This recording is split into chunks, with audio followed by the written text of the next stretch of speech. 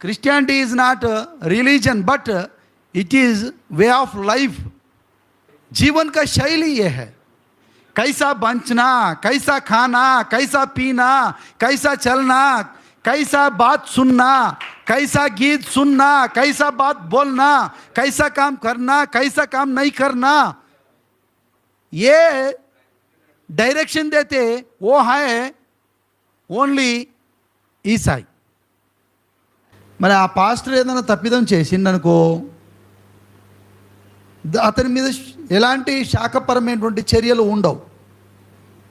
ఎందుకు? Governing authority లేదు ఇక్కడ, డిసిప్లినరీ యాక్షన్ తీసుకునే వాళ్ళు లేరు ఇక్కడ.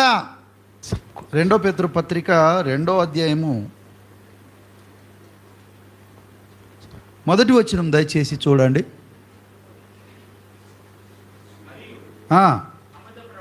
అబద్ధ ప్రవక్తలు ప్రజలలో ఉండిరి, అటువలనే మీలోను అబద్ధ బోధకులు ఉందురు. వీరు ఎలాంటి వాళ్ళంటే తమను కొనిన ప్రభువును కూడా విసర్జించుచు తమకు తామే శీఘ్రముగా నాశనము కలగజేసుకొనుచు నాశనకరమగు భిన్నాభిప్రాయములను రహస్యముగా బోధించుదురు. Different types of teachings. వాస్తవానికి నేను ఒక మాట అడుగుతాను. ప్రభువు మిమ్మల్ని ఎందుకు పిలిచాడు అని అడిగినప్పుడు మీరేం చెప్తారు? మీ సమర్పణ జీవితం ఏంటిది చెప్పండి అని అడిగినప్పుడు మీరేం చెప్తారు? దైవ సేవకులుగా, పాస్టర్గా. ఇంతకుముందు పెద్దలు విఆర్ఎస్ తీసుకొని సేవకు వచ్చారు, కొందరు రిటైర్మెంట్ అయిపోయిన తర్వాత సేవకు వచ్చారు, రకరకాలుగా వచ్చారు. ఏదైనా సరే సంతోషం, వెల్కమ్, రావద్దని చెప్పట్లేదు. కానీ వచ్చిన వారు ఏం టీచ్ చేస్తున్నారు? మరి ఆ పాస్టర్ ఏదైనా తప్పిదం చేసిండనుకో, అతని మీద ఎలాంటి శాఖపరమైనటువంటి చర్యలు ఉండవు. ఎందుకు? గవర్నింగ్ అథారిటీ లేదు ఇక్కడ, డిసిప్లినరీ యాక్షన్ తీసుకునే వాళ్ళు లేరు ఇక్కడ. కానీ పాతని బైబిల్ గ్రంథంలో అపోస్తుల కార్యంలో క్లియర్ కట్గా ఉంది. ఏంటిది? యాక్షన్ తీసుకునేటటువంటి కమిటీ అనేది ఒకటి ఉంది. అట్టి వారికి మేము పత్రికలు ఇచ్చి పంపలేదు అంటారు. అట్టి వారిని మేము పత్రికలు ఇచ్చి పంపలేదు. అలాంటి వాళ్ళు మీకు కనబడితే వాళ్ళకు కనీసం ప్రైజ్ ది లార్డ్ చెప్పకండి. అలాంటి వాళ్ళు కనబడితే రండి అని చెప్పి నీళ్లు కూడా ఇవ్వకండి. ఒకవేళ నీళ్లు కనుక ఇచ్చారనుకో, వారి దుష్టక్రియల్లో మీలు కూడా పాలివారైపోతారు. అయ్యి బాబోయ్, నేను దొంగతనం చేయలేదు, కానీ దొంగతనం చేసినోడు నీ ఇంటికి వచ్చిండు, వానికి నువ్వు షెల్టర్ ఇచ్చావు కదా, దట్స్ ఆల్. అయ్యి బాబోయ్, నేను దొంగతనం చేయలే, కానీ దొంగిలించిన వస్తువు నీ దగ్గర ఉన్నది కదా. అయ్యో, నేను డబ్బులు ఇచ్చి కొనుక్కున్నానండి. దొంగిలించిన వస్తువు అయినా సరే కొనుక్కుంటే అది ఏమిటి తెలుసా? నేరము. ఈ లోకపరమైన చట్టము. మరి దైవపరమైన చట్టము? దైవపరమైన చట్టము కూడా ఏం చెప్తుంది అంటే, యోహాను గారి పత్రిక రాస్తూ చెప్తున్నాడు చూడండి. 2వ యోహాను పత్రిక 10వ వచనము. ఎవడైనను, ఏం పదం వాడారు అక్కడ? ఎవరైనను అల్లే. ఎవడైనను అనేది ఎట్లుంది? ఎవరైనను అనేది ఎట్లుంది? ఎవడైనను. ఈ బోధను తేక. ఏ బోధ? According to Bible, what is the saying that word of God, that's your stop there. Do not overtake the word of God. But here, in these days, all pastors saying that they are saying that pastors, but they are not pastors in sight of God. దేవుని దృష్టిలో వాళ్ళు పాస్టర్లు కాదు, ఎవరైతే దేవుని వాక్యాన్ని overtake చేస్తారో. ఏంటి ఓవర్టేక్ చేయడం అంటే? ఏంటిది ఓవర్టేక్ చేయడం? ఎట్లా ఓవర్టేక్ ఎలా చేస్తారు తెలుసుకోవాలి. బైబిల్ ఎన్ని పేజీలు ఉంది మీ చేతుల్లో ఉన్న బైబిల్? 1029 పేజీలు ఉంది నా దగ్గర ఉన్న బైబిల్. మీరు కూడా మీ చేతుల్లో ఉన్న బైబిల్ మీరు ఇంటికి వెళ్ళి చూసుకోండి. ఓ పేజీ అటో ఇటో ఉందేమో నాకు తెలియదు, సరేనా? ఈ 1029 పేజీలు ఉన్న బైబిల్ మొత్తం ఒక్క మాటలో చెప్పు, ఒక్క వచనంలో చూపి అన్నారనుకోండి, ఏం చేస్తారు? ఇప్పుడు చెప్పండి, పాస్టర్స్ కౌన్సిల్ ఆఫ్ ఇండియా అవసరమా కాదా చెప్పాలి నాకు. పాస్టర్స్ కౌన్సిల్ ఆఫ్ ఇండియా ఒక్క మాటలో చెప్తుంది బైబిల్ మొత్తంను. చెప్పగలగాలి, అంతగా బైబిల్ చదవగలగాలి, అంతగా బైబిల్ను మొత్తం ఎక్కించుకోవాలి. పౌలు గారు ఏమంటారు తెలుసా? ఇప్పుడు ఇది చూసుకొని మనం అక్కడికి వెళ్దాం. ఎవడైనా ఈ బోధను తేక మీ యొద్దకు వచ్చిన ఎడలా వానిని మీ ఇంట చేర్చుకోవద్దు. ఏం చెప్పొద్దు? మీరు బాగున్నారా మొహమాటంతో కూడా చెప్పకూడదట. అలా అడగకపోతే ఏమనుకుంటారో అని చెప్పి బాగున్నారా అని కూడా అడగొద్దు. శుభమని ఒకవేళ చెప్తే వాని యొక్క ఇల్లీగల్ యాక్టివిటీస్లో ఈయన కూడా కమిట్ అయిపోతాడు. ఈయన చేయని నేరానికి శిక్ష ఈయన కూడా అనుభవించాల్సి వస్తుంది. ఇప్పుడు చెప్పండి, ఈ లోకపరంగా మనం చూసుకుంటే డాక్టర్స్కు ఏముంది? ఈ డాక్టరు సరి అయినోడా కాదా అని నిర్ధారించేటటువంటి ఒక ఏంటిది ఉంది? ఎక్స్పర్ట్ కమిటీ ఉంది. ఎక్స్పర్ట్ కమిటీ, మేధావులతో, డాక్టర్స్తో, ప్రొఫెసర్స్తో కూడినటువంటి కమిటీ. వాళ్ళకు టెస్ట్ పెడతారు. ఆ టెస్టులో వాళ్ళు పాస్ అయిన తర్వాత వాళ్ళకు మార్కులు వీళ్ళు వేస్తారు. ఎవరు? మేధావులైనటువంటి వాళ్ళు, ఎక్స్పర్ట్ అయినటువంటి వాళ్ళు. ఎవరు పడితే వాళ్ళు మేధావులే. అంత చీప్ అయిపోయింది ఆ Bible. High quality profession, highly qualified profession ఏదైనా ఉందా అంటే one and only that is pastor. మీకు తెలుసో లేదో, నాకు తెలుసు కాబట్టి నేను చెప్తున్నాను. నేను ఒక లా తెలిసిన వ్యక్తిగా, నేను అన్ని విషయాలను పరిశీలించిన వ్యక్తిగా, నేను చూసినటువంటి హైలీ క్వాలిఫైడ్, అది ఎంత పవిత్రమైనటువంటి వృత్తి అంటే పాస్టర్ అనేది. Pastor is a profession. ఇంకొక మాట నేను మిమ్మల్ని అడుగుతాను. मैं एक सवाल पूछ रहा हूँ, ये सवाल का जवाब कुछ देते हैं क्या? वो सवाल, ईसाई एक धर्म है? नहीं है? नहीं है, धर्म है. कौन बोले? नहीं. कौन बोले? इक ఎవరన్నారు? మీరు. रास्ता धर्म नहीं, धर्म नहीं. फिर क्या? आप क्या बोलते? फॉलो करते. आप धर्मांतरण कर सकते नहीं कर सकते? हाँ, या राइट आंसर. क्रिश्चियनिटी ये है, ईसाई धर्मांतरण नहीं है. इस बात किधर भी नहीं है बाइबल में. कई को मैं बोल रहा हूं, धर्मांतरण is meaning is different, but what is it? ये है लाइफ ऑफ, क्या बोलते हैं, Christianity is not religion but it is way of life. जीवन का शैली ये है. कैसा बचना, कैसा खाना, कैसा पीना, कैसा चलना, कैसा बात सुनना, कैसा गीत सुनना, कैसा बात बोलना, कैसा काम करना, कैसा काम नहीं करना, ये डायरेक्शन देते वो है ఓన్లీ ఈసాయి. క్రిస్టియానిటీ అనేది మతం కాదు, ఇది వే of life. Way of life, way of life అంటే జీవన శైలి.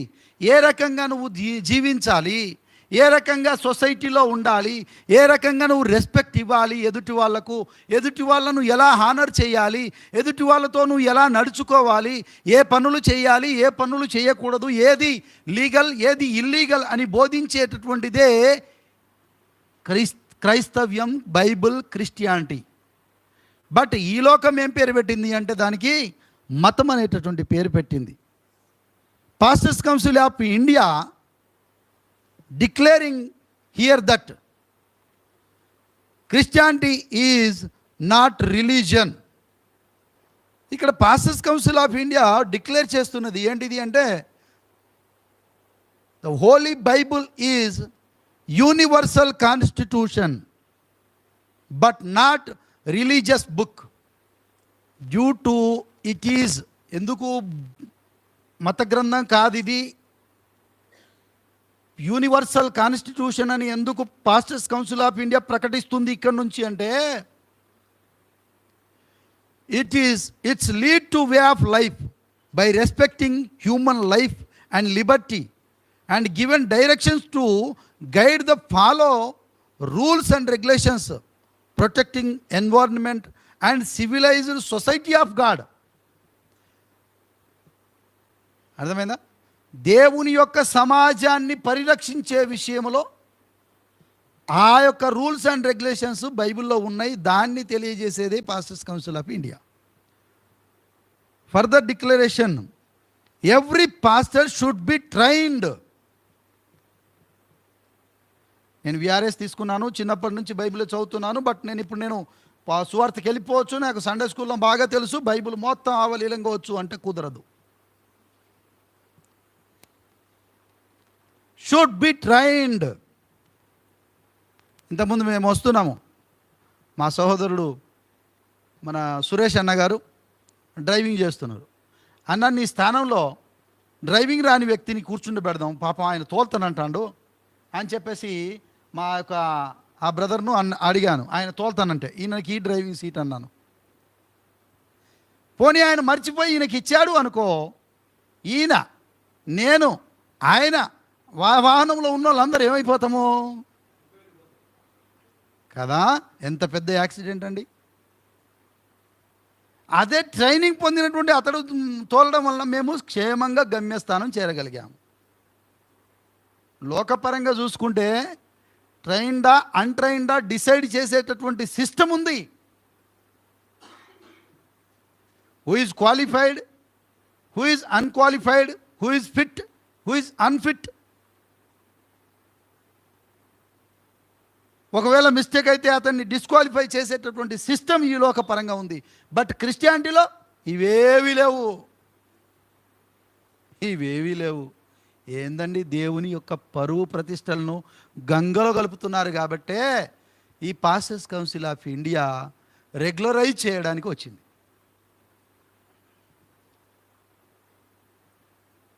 Should be trained and recognised Bible theological institutions. ఈ ఇన్స్టిట్యూషన్స్ కూడా అన్ని ఫేక్ బైబుల్ కాలేజెస్ వచ్చేసాయి. మరి ఏది జెన్యూన్ కాలేజీ? సిరంపూరా? ఏమో ఎట్లా చెప్పగలను సిరంపూర్ జెన్యూన్ కాలేజ్ అని? అయ్యో యూసీఐ సర్టిఫికెట్ ఉంది కదా దాని దగ్గర అంటే, లోకపరంగా సర్టిఫికెట్ ఉండొచ్చు కానీ దైవపరంగా ఉందా? ఏసీటీసీ ఉంది, ఏసీటీసీ ఉంది అనేది నీ దృష్టిలో, లోకం దృష్టిలో బ్రతకడం కోసం, కానీ ఆత్మలను పరలోకానికి నడిపించడం కోసం ఉపయోగపడుతుందా అది చూడాలి. అది డిసైడ్ చేసేదే pastors council of India. ACTC కాలేజీకే నువ్వు పరీక్ష పెడతావా? ఎస్.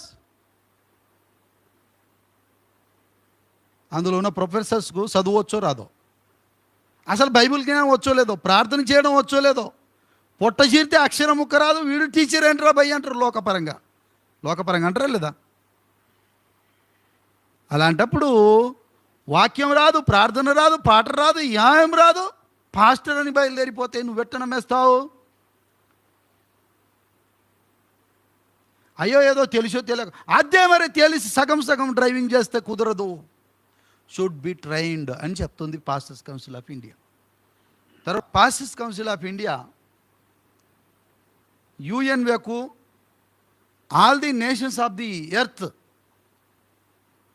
ఈ భూమి మీద ఉన్నటువంటి ప్రభుత్వాలకు, రాజ్యాలకు, దేశాలకు, రాష్ట్రాలకు ఏమని చెప్తుందంటే అప్పీల్ చేస్తుంది. The pastors council of India appeals to the United Nations Organisation and also the nations of the earth do not treat the holy bible as religious book. First మీరు ఇది మత గ్రంథం అనే ముసుగు నుంచి బయటపడేయండి. బైబిల్ను ఎక్కడి నుంచి పడేయాలి మీరు? ఫస్ట్ అందరూ అనుకుంటున్నారు అదే రిలీజియస్ బుక్ అయ్యా, రిలీజియస్ బుక్ అయ్యా, రిలీజియస్. ఓరి దరిద్రులారా, దాని ఫస్ట్ ఆ భావన నుంచి బయట రండి మీరు, లేక దాన్నన్న పక్కన వదిలేయండి మీరు. మీరు అలా చెప్పి ఆ బైబిల్ని అవమానించకండి. వీళ్ళు ఏం చేస్తున్నారు? ఇన్సల్ట్ చేస్తున్నారు. రిలీజియస్ బుక్ అనగానే ఇప్పుడు మంచి ఆఫీసరుగా ఉన్నటువంటి సార్ను ఒక క్రిస్టియన్ అనే భావనతో ముద్ర వేసి అతనికి రావాల్సినటువంటి హక్కులకు అబ్స్ట్రక్టింగ్ చేస్తే, ఆడుకుంటే ఎలా ఉంటుంది చెప్పండి? అవమానంగా ఫీల్ అవ్వడా? మనిషిగా ఉన్న మనమే ఫీల్ అవుతున్నప్పుడు దేవుడు ఫీల్ అవ్వడండి? ఆయన గ్రంథాన్ని, ఆయన మాటను మతపు ముసుగులో మత ముద్ర వేసి నువ్వు చదవకుండా దాన్ని పక్కన పడేస్తే ఆయన ఎలా ఫీల్ ఎలా అవమానంగా ఉంటుంది అతనికి చెప్పండి కదా?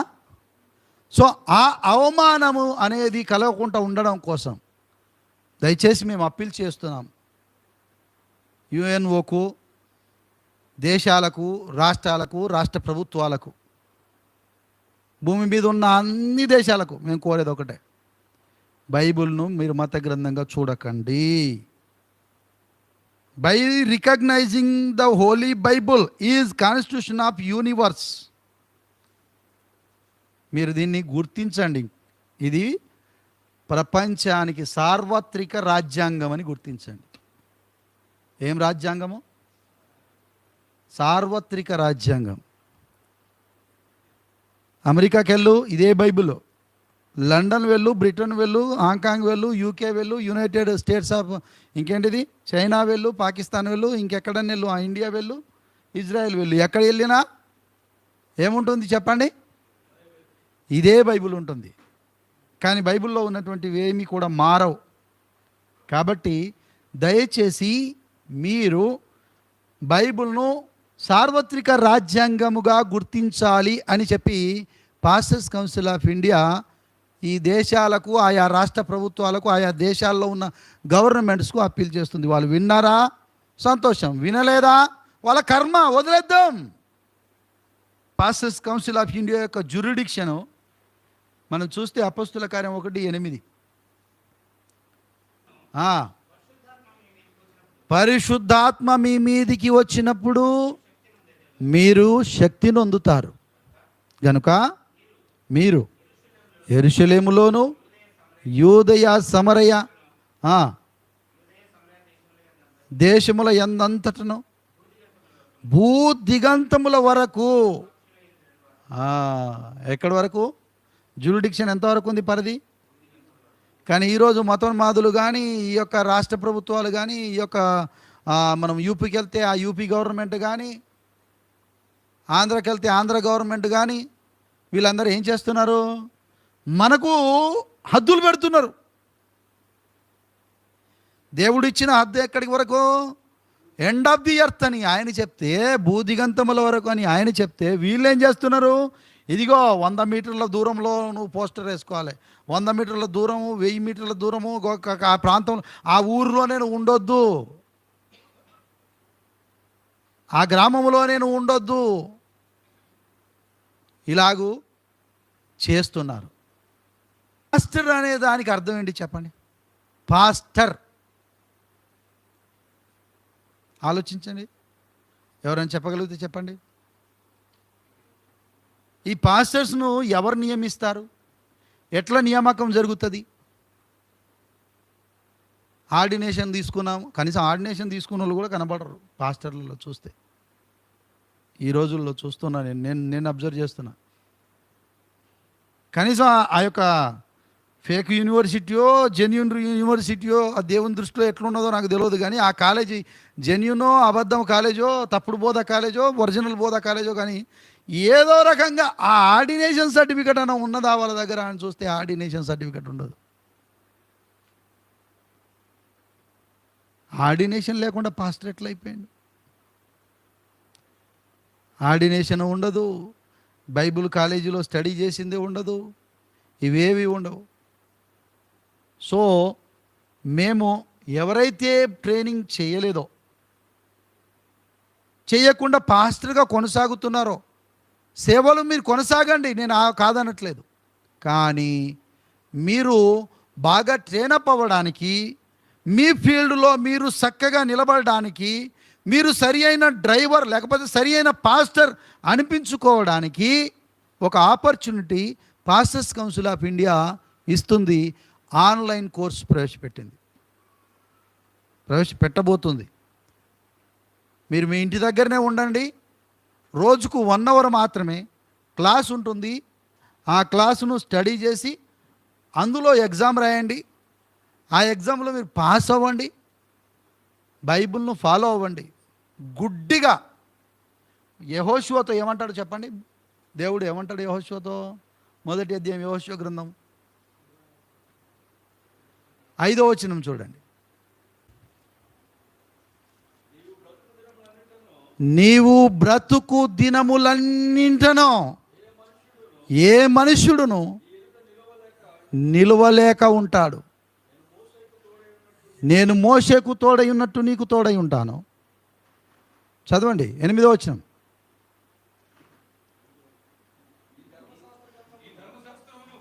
ఈ ధర్మశాస్త్రమును నీవు బోధింపక ఏం కాకూడదు? మనము తప్పిపోకూడదు. దానిలో వ్రాయబడిన వాటన్నిటి ప్రకారము చేయడానికి నీవు జాగ్రత్త పడినట్లు దివారాత్రము దాన్ని ధ్యానించిన ఎడల నీ వాక్యమును నీ మార్గమును చక్కగా వర్ధిల్ల చేసుకొందువు, చక్కగా ప్రవర్తించదవు. 7వ వచనం అనుకుంటా. దాని నుంచి కుడికి కానీ అనే వాక్యం చూడండి, అది ఎన్నో వచనము? నీవైతే నిబ్బరము కలిగి జాగ్రత్త పడాలి. ఏమంటున్నాడు? జాగ్రత్త పడి అయ్యా బహుధైర్యముగా ఉండి మోషే నీకు ఆజ్ఞాపించిన ధర్మశాస్త్రం అంతటి చొప్పున. చూసారా? యెహోషువకు గవర్నింగ్ డైరెక్షన్ ఇచ్చింది మోషే గారు. యెహోషువ తర్వాత వాళ్ళ తర్వాత వాళ్ళు వచ్చారు న్యాయాధిపతులని. రకరకాలుగా అలాగ స్టెప్ బై స్టెప్ వచ్చింది. కానీ ఇక్కడ వచ్చేసరికి ఎవ్వరు కూడా గవర్నింగ్ అథారిటీ లేదు. ఇప్పుడు నేను చెప్పగానే నేను కూడా లేస్తానని లేసే ఫేక్ సొసైటీలు కూడా వచ్చేస్తాయి. కానీ నిలబడాలి, నిప్పుగా ఉండాలి. మనము ఎలా ఉండాలి? మనము నిప్పుగా ఉండాలి. చదవండి.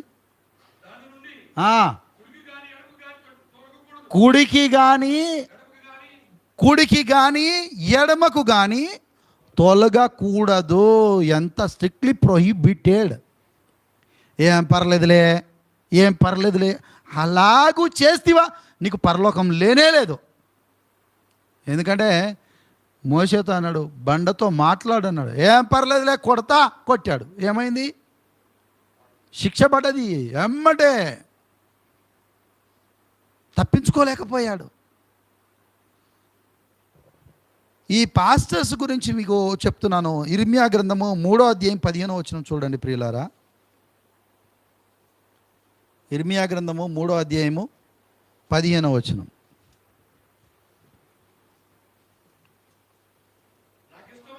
నాకిష్టమైన కాపరులను నీకు ఎవరిని నియమించాడు?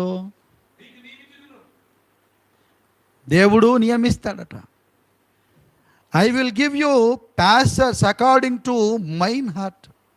We shall feed you with knowledge and understanding. దేవుడు పాస్టర్లను నియమిస్తాడు. పాస్టర్లను నియమించినప్పుడు పాస్టర్స్ కౌన్సిల్ ఆఫ్ ఇండియా ఎందుకు అనవచ్చు మీరు కదా. ఎవరు నియమిస్తారు? దేవుడు నియమించినప్పుడు మళ్ళీ పాస్టర్స్ కౌన్సిల్ ఆఫ్ ఇండియా ఎందుకు అంటే, ఆనాడు ఆది అపోస్తులు ఎందుకున్నారో ఈ పాస్టర్స్ కౌన్సిల్ ఆఫ్ ఇండియా వచ్చింది అందుకే. ఇప్పుడు మన ముందున్న సమస్య మతోన్మాదుల సమస్య కంటే ప్రమాదకరమైంది ఏంటంటే, ఈ అన్ట్రైన్డ్ పాస్టర్ వలన ప్రమాదం ఉంది సొసైటీకి. ఎవరి వలన ప్రమాదం ఉంది తెలుసా? అన్ట్రైన్డ్ పాస్టర్ వలన, సమర్పణ లేని పాస్టర్ వలన, బతుకు తెరువు కోసం బైబిల్ పట్టిన పాస్టర్ వలన. వీళ్ళ వలన ఏమవుతుంది అంటే, సొసైటీలో ఉన్న ఆత్మలన్నీ నరకానికి వెళ్ళిపోతున్నాయి. ఒక ఆయన ఆయిల్ అమ్ముతాడు, ఒక ఆయన మట్టిని అమ్ముతాడు. So is it right are wrong? Who can decide? Pastors council of India will be decide. Pastors council of India అనేది మట్టిని అమ్మొచ్చా అమ్మకూడదా డిసైడ్ చేస్తుంది. నూనెను అమ్మొచ్చా అమ్మకూడదా డిసైడ్ చేస్తుంది. మొన్న వరంగల్లో మీటింగ్ జరిగింది. ఆ మీటింగ్లో మాకు ఇటు ఒక హాఫ్ కేఎం, ఇటు ఒక హాఫ్ కేఎం, ఇటు హాఫ్ కేఎం, చుట్టూ ఒక హాఫ్ కేఎం దూరంలో వర్షం పడుతుంది. మేమున్న కాడ వర్షం పడతలేదు. మేము 2 రోజులు మీటింగ్ ఏర్పాటు చేశాము. మాకు ముందు రోజు ఫుల్ వర్షం పడ్డది, 2 రోజుల తర్వాత కూడా మళ్ళీ ఫుల్ వర్షం పడ్డది, కంటిన్యూషన్ అయింది.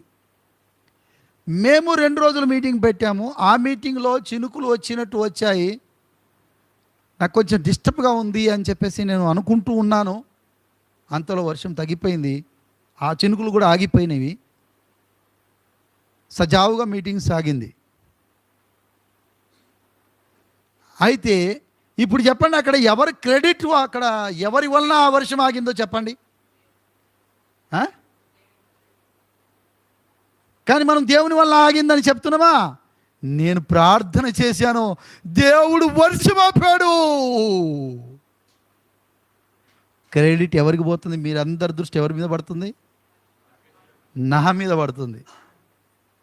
ఎవరికి చెందాలి మహిమ? ఎవరు స్తోత్రార్హుడు? ఎవరు పూజనీయుడు? ఆయనకు చెందకుండా వీళ్ళు దోచుకెళ్తున్నారు. ఎలా చూడండి ఒకసారి. తెస్సలోనికలకు రాస్తూ పత్రిక పౌలు గారు చెప్తారు, ఒకసారి చూడండి అది ఎలా జరిగిందో. 2 తెస్సలోనిక పత్రిక 2వ అధ్యాయము 4వ వచనము. ఏది దేవుడు అనబడునో, ఏది పూజింపబడునో దానినంతటిని ఎదిరించుచు, దానికంతటికి పైగా వాడు తన్ను తానే హెచ్చించుకొనుచు, తాను దేవుడనని తన్ను కనపరుచుకొనుచు దేవుని ఆలయంలో షెల్టర్ వేసేస్తాడు. ఎక్కడ కూర్చుంటాడు? డైరెక్ట్ పోయి. ఇప్పుడు చెప్పండి, ఏది దేవుడు అనబడతాడు? క్వశ్చన్. ఇదే వాక్యంలో క్వశ్చన్ రైజ్ అయింది. ఏది దేవుడు అనబడును? వాక్యమే దేవుడు, రైట్. ఏది పూజింపబడును? వాక్యము పూజింపబడుతుంది. వాక్యము దేవుడై ఉన్నాడు, వాక్యం పూజింపబడాలి. కానీ వాక్యముకు చెందవలసినటువంటి మహిమ, ఘనత, కీర్తనలు, స్తుతులు ఇక్కడ మధ్యలో ఈయన ఏం చేస్తున్నాడు? ఎత్తుకుపోతున్నాడు. కానీ ఆది అపోస్తులు అలా చేయలేదు. ఏం చేశారు? 3వ అధ్యాయం అపోస్తుల కార్యం చూడండి, 12వ వచనం.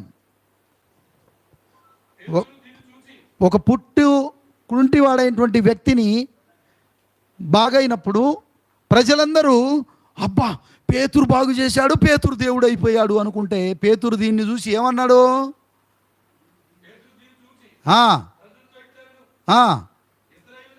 ఇశ్రాయేలీయులారా, దీని విషయమై ఎందుకు ఆశ్చర్యపడుచున్నారు? మా సొంత శక్తి చేతనైనను భక్తి చేతనైనను నడవను వీనికి బలమిచ్చినట్టు మీరెందుకు మా తట్టు తేరి చూస్తున్నారు? మేమేమో పెద్ద దైవాంశ సంభూతుల్లాగా మా ఉపవాస ప్రార్థన వలన ఈ కార్యం జరిగిందని, లేకపోతే మా నీతి వలన మా భక్తి వలన జరిగింది అని మీరెందుకు చూస్తారు? మేము నీలాంటి వాళ్ళమే. కేవలం దేవుడు దయ చూపించిండు. నేను ఆ మీటింగ్లో చెప్పాను, ఇదే మీటింగ్లో ఏరేటోడు ఉంటే మాత్రం దేవునికి కీర్తన అందనీయకపోవు. ఇక్కడ నువ్వు ప్రార్థిస్తే, నేను ప్రార్థిస్తే వర్షం ఆగలే. దేవుడు దయ చూపించిండు. నా పిల్లలు చదువుకుంటారు, వర్షమా అక్కడ పోకు, అక్కడ ఆగండి, ఆ ప్లేస్ వదిలిపెట్టి మిగతా చోట్ల పడండి. వాళ్ళు ధ్యానిస్తున్నారు బైబిల్ను, వాళ్ళని డిస్టర్బ్ చేయొద్దు అని ఆయన ఎంత దయగలిగి మన మీద ఉంటే ఆ మాట చెప్తాడు, వర్షాన్ని ఆపుతాడు. అంత మన మీద ప్రేమ ఉంది కాబట్టి, ఆయన మనకు సాయం చేశాడు కాబట్టి ఆయనకు మీరు థ్యాంక్స్ చెప్పండి అని చెప్పేసి ఆ రోజు అక్కడ చెప్పడం జరిగింది. సో మనం ఏం చేస్తున్నామంటే మొత్తం మన గుంపును మందను ఫాలో చేసుకుంటున్నాం. ఆయన ఏమన్నాడు? మీరు సర్వసృష్టికి వెళ్ళి నాకు శిష్యులుగా చేయండి అంటే వీళ్ళు ఏం చేస్తున్నారు? వీళ్ళకు శిష్యులుగా చేసుకుంటున్నారు.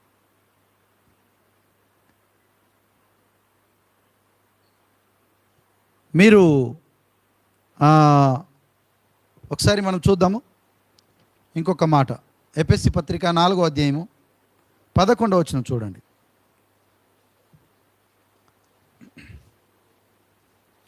ఎఫెసీ పత్రిక 4వ అధ్యాయము 11వ వచనం. పరిశుద్ధులు సంపూర్ణులగునట్లు క్రీస్తు శరీరము క్షేమాభివృద్ధి చెందాలి. సంఘం ఏమవ్వాలి చెప్పండి? క్షేమ అభివృద్ధి, క్షేమంగా అభివృద్ధి చెందాలి. మతోన్మాదుల దాడి ఉండకూడదు సంఘం మీద. ఈ మతోన్మాదుల దాడి ఎందుకు వచ్చిందంటే ఈ ఫేక్ పాస్టర్స్ వలన వచ్చింది. వీళ్ళు ఏం చేస్తారు? డిబేట్లని పోతారు, పోయేటోళ్ళు పోతారు, ఏం మాట్లాడతారు? వాళ్ళు ఏదో క్వశ్చన్ వేశారు, దానికి ఆన్సర్ చెప్పాలి, లేదంటే గమ్మున ఊరుకోవాలి. నీకు రాకపోతే ఎక్కడ ఓడిపోతాను అని ఆలోచించి వాళ్ళ గ్రంథాల్లో ఉన్నటువంటి విషయాలను బయటికి లేపుతారు. కారణం ఏంటి తెలుసా? ఇది హీరో లక్షణం కాదు, ఇది విలన్ లక్షణం. చేతనైనోడి లక్షణం కాదు, అది చేతగానోడి లక్షణం. చేతనైనోడు ఏం చేస్తాడో తెలుసా? ఏ ఫీల్డ్లో వచ్చిండో, ఏ రింగులో వచ్చిండో ఆ రింగులోనే అతన్ని ఓడించాలి. అతడు బైబిల్ గురించి మాట్లాడిండా, బైబిల్ నుంచే ఆన్సర్ చెప్పాలి, లేకపోతే ఊరుకోవాలి. మీకు మాట చెప్తాను. నేను భాస్కరయ్య గారికి మా ఇద్దరి మధ్యలో ఒక ల్యాండ్ డిస్ప్యూట్ వివాదం. నేనేం చేశాను? ఆయన మీద నా స్థలము నాది అని చెప్పి ఇతని మీద కేసు వేసాను. వేసినప్పుడు ఈయన గారు ఏం చేశారు? ఆ కేసులో జవాబు అది ఆయనదే కాదు, ఇది నాదే అని చూపించుకోవాలి తప్ప, లేదు లేదు ఇది కాదండి, అక్కడుంది అది కూడా నాదే అని ఆయన అందులో రాస్తే చెల్తుందా? చెల్లదు. ఈ స్థలం నాది, లేకపోతే ఈ ప్రవర్తి నాది అన్నప్పుడు దానికి కావలసిన రసీదులు నువ్వు చూపించి తీసుకుపోవాలి తప్ప, అది కాదు అది కాదు ఇది అది అని పక్కదారిలో పట్టించడం అంటే నీ దగ్గర ఆధారాలు లేవు అని అర్థం. ఆటోమేటిక్గా బైబిల్ను వీళ్ళు ఏం చేస్తున్నారు? అవమానాల పాలు చేస్తున్నారు. సో వీళ్ళన్నింటినీ కంట్రోలింగ్ చేయడం కోసమే ఈ పాస్టర్స్ కౌన్సిల్ ఆఫ్ ఇండియా. ఎవరి మీద పగ లేదు, ఎవరి మీద ద్వేషం లేదు. క్రీస్తు శరీరము క్షేమాభివృద్ధి కొరకు మాత్రమే ఈ పాస్టర్స్ కౌన్సిల్ ఆఫ్ ఇండియా. తర్వాత చదవండి అయ్యా.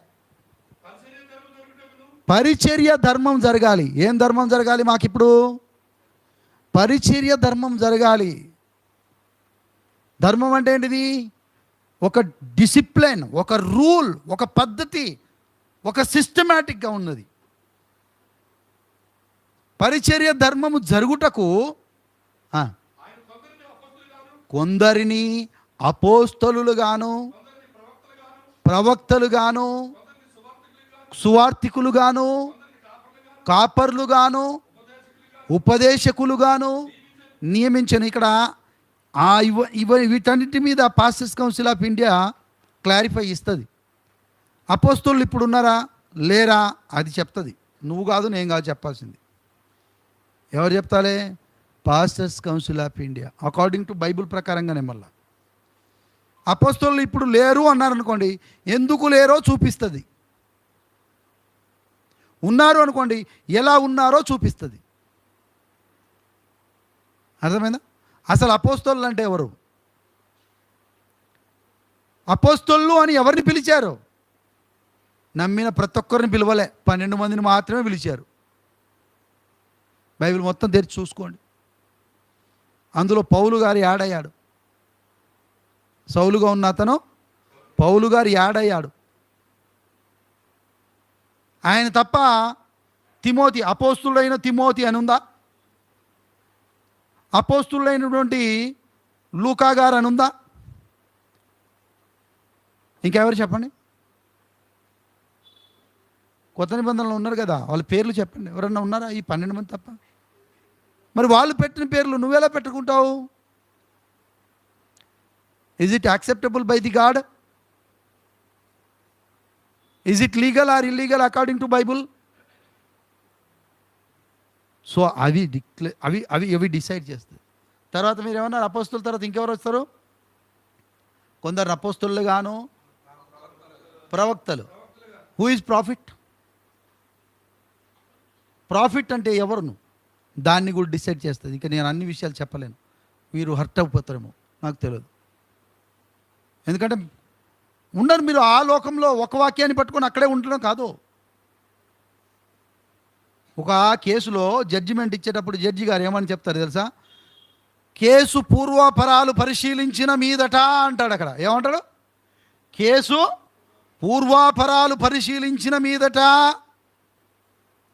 ఈ ముద్దాయి ఉద్దేశపూర్వకంగా ఈ నేరం చేశాడని కోర్టు భావించట్లేదు అంటాడు. మరి ఎట్లా జరిగింది? ఇది కావలసుకొని చేసేది కాదు, యాక్సిడెంట్లో జరిగింది అని చెప్పి తీర్పిస్తారు. అలాంటప్పుడు ఏం చేయాలి? కాబట్టి సో సెక్షన్ ప్రకారంగా ఇతన్ని చిన్న సాధారణ 3 నెలల జైలు శిక్షతో వదిలి శిక్ష విధిస్తున్నామని చెప్తారు.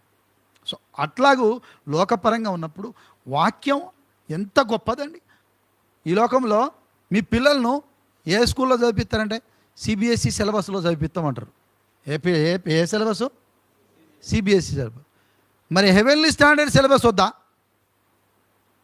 పాస్టర్స్ కౌన్సిల్ ఆఫ్ ఇండియా పెట్టిన పదమే బైబిల్కు హెవెన్లీ స్టాండర్డ్ ఎడ్యుకేషన్. ఏ బైబిల్ హై? ఏ స్టాండర్డ్ అనుకుంటున్నారు? Heavenly standard education.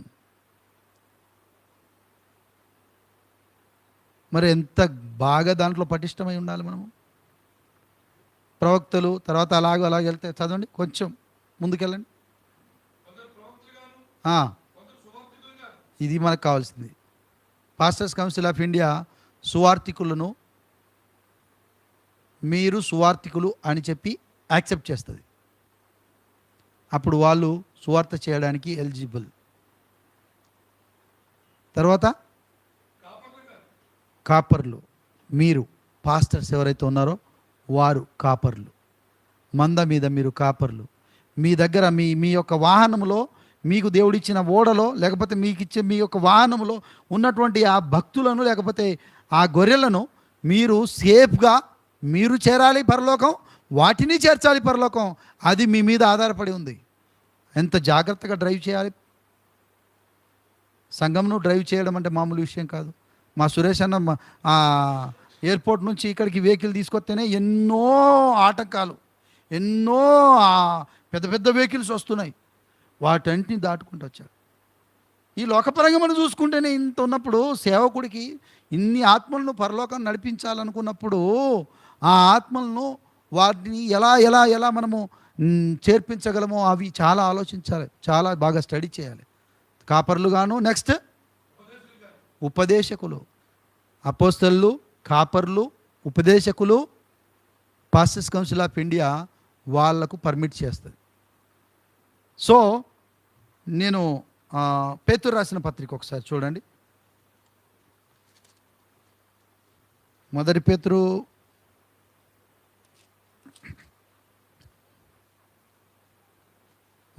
పత్రిక 2వ అధ్యాయం 9వ వచనం. పాస్టర్ చేయవలసిన డ్యూటీ ఏముందో చూడండి ఇక్కడ. అయితే మీరు చీకటిలో నుండి ఆశ్చర్యకరమైనటువంటి తన వెలుగులోనికి మిమ్మును పిలిచిన వాని గుణాతిశయములను ప్రచురము చేయు నిమిత్తము ఏర్పరచబడిన వంశము, రాజులైన యాజక సమూహము, పరిశుద్ధ జనమును, దేవుని సొత్తైన ప్రజలునై ఉన్నారు. It is our duty. ఇది నోట్ చేసుకోండి. ఒకసారి మా కోర్టులో పంచాయత్ సెక్రటరీ వచ్చిండు, ఆంధ్ర హైకోర్టులో, అమరావతి హైకోర్టులో. జడ్జి గారు పిలిచారు. నువ్వేం చేస్తావయ్యా? సార్ నేను సెక్రటరీ సార్. సెక్రటరీ డ్యూటీస్ తెలుసా నీకు అన్నాడు ఆయన. ఎవరి డ్యూటీ? సెక్రటరీ డ్యూటీస్ ఏంటివో చెప్పు అన్నాడు. తెల్ల ముఖం పెట్టుకొని చూస్తాను. ఇప్పుడు చెప్పండి, పాస్టర్ డ్యూటీ ఏంటో చెప్పండి అంటే మీరు కూడా గట్లే ఉన్నారు. I'm very sorry to say this word. Pastors duty మీరు చెప్పండి అంటే మీరు ఏమి ఉన్నారు, ఎలా ఉన్నారు? ప్రార్థన చేస్తే రోగాలు తీసేసే డ్యూటీ మాదంటారు. అది ఉందా అక్కడ? చూపెట్టండి అక్కడ. తీసేద్దని కాదు, అవి పోతాయండి. రాత్రి కాళ్ళ నొప్పి లేచింది, పొద్దున నొప్పి తగ్గింది, మరలా సాయంత్రం నొప్పి లేచింది. కామన్ అది. వాతావరణ మార్పులను బట్టి బాడీ పెయిన్స్ వస్తూ ఉంటాయి, పోతూ ఉంటాయి. వాతావరణ మార్పులను బట్టి అనారోగ్య పాలవుతూ ఉంటాం, లేస్తూ ఉంటాం. హిజ్కియా అంతటా ఆయనకే మరణకరమైన రోగం వచ్చినప్పుడు నీకెంత నాకెంత లెక్క? నువ్వెంత నేనెంత లెక్క చెప్పండి? రాదని చెప్పలేము. కానీ దాని మీద బేస్ చేసుకొని సంఘానికి కట్టకూడదు. ఇక్కడ చెప్తున్నాడు, ఆయన యొక్క గుణాతిశయములను ప్రచురము చేయవు నిమిత్తము నువ్వు పిలువబడ్డావు. అసలు నువ్వు ఎందుకు పిలువబడ్డావో ఫస్ట్ మనం తెలుసుకోవాలి. అది తెలియజేసేదే పాస్టర్స్ కౌన్సిల్ ఆఫ్ ఇండియా. లేదు నాకు తెలియదు ఎందుకు వచ్చానంటే యు ఆర్ డిస్క్వాలిఫైడ్. నువ్వు పనికి రావు, సేవకు అని చెప్పేస్తుంది. అయ్యో తీర్పు తీర్చడానికి మీకు అధికారం ఎక్కడది? మీకు విషయం తెలుసా? తీర్పు తీర్చడానికి ఎందుకు అధికారం ఉందో నాకు ఎట్లుందో చెప్తాను నేను. కొరింథీయులకు రాసిన పత్రిక చూడండి. కొరింథీయులకు రాసిన పత్రిక. నువ్వెట్లా తీర్పు తీరుస్తావయ్యా, నేను పాస్టర్ను కాదని అనొచ్చు మీరు. 6వ అధ్యాయం 1 కొరింథీ పత్రిక 2వ వచనము. పరిశుద్ధులు లోకమునకు తీర్పు తీర్చుదురని మీరు ఎరగరా? మీ వలన లోకమునకు తీర్పు జరగవలసి ఉండగా మిక్కిలి అల్పమైన సంగతులను గూర్చి తీర్పు తీర్చుటకు మీకు యోగ్యత లేదా? మనము దేవదూతలకు తీర్పు తీర్చుదుమని ఎరుగరా? ఎవరికి తీర్పు తీరుస్తాం మనము? తీర్పు తీర్చేటోళ్ళని ఏమంటారు చెప్పండి? జడ్జి. ఇప్పుడు చెప్పండి, పాస్టర్స్ కౌన్సిల్ ఆఫ్ ఇండియాలో ఉన్నటువంటి వాళ్ళు చెప్తారు ఇతను ఫిట్టా అన్ఫిట్టా, ఇతడు సేవకు పనికి వస్తాడా రాడా అని చెప్పేసి. అర్థమైందండి? కాబట్టి ఒక డాక్టర్ కోసం ఉంది మెడికల్ కౌన్సిల్ ఆఫ్ ఇండియా. ఒక లాయర్ కోసం ఉంది. ఇతడు లాయరు, ఇతడు ప్రాక్టీస్ చేయొచ్చు. ఎవడు పడితే పోయి ఆడు జడ్జి దగ్గర పోయి నల్ల కోట్ వేసుకొని వాదించడానికి వీల్లేదు. ఎవరు చెప్పాలి? Bar council of India okay చేసి ఇతను పోవచ్చు అనుకుంటే అప్పుడు పర్మిట్ ఇస్తేనే అతను పోయి జడ్జి గారా వకాలా తీయడానికి వీలుంటుంది. ఈవెన్ డ్రైవింగ్ ఫీల్డ్లో మనం ఇప్పటిదాకా మాట్లాడుకున్నాం. దాని విషయంలో కూడా ఆర్టీఓ లైసెన్స్ ఇస్తేనే చెయ్యాలి. చివరికి రోడ్డు పక్కన ఏం కొట్టమ్మా, కొట్టంటాం కదా, పచారీ కొట్టు పెట్టుకున్నోడికి కూడా ట్రేడ్ లైసెన్స్ ఉంటుంది. దానికంటే హీనమైన పోస్టా ఇది? నా దేవుని పరువు తీస్తున్నారు కాబట్టే వీళ్ళందరికీ ఈ పాస్టర్స్ కౌన్సిల్ ఆఫ్ ఇండియా.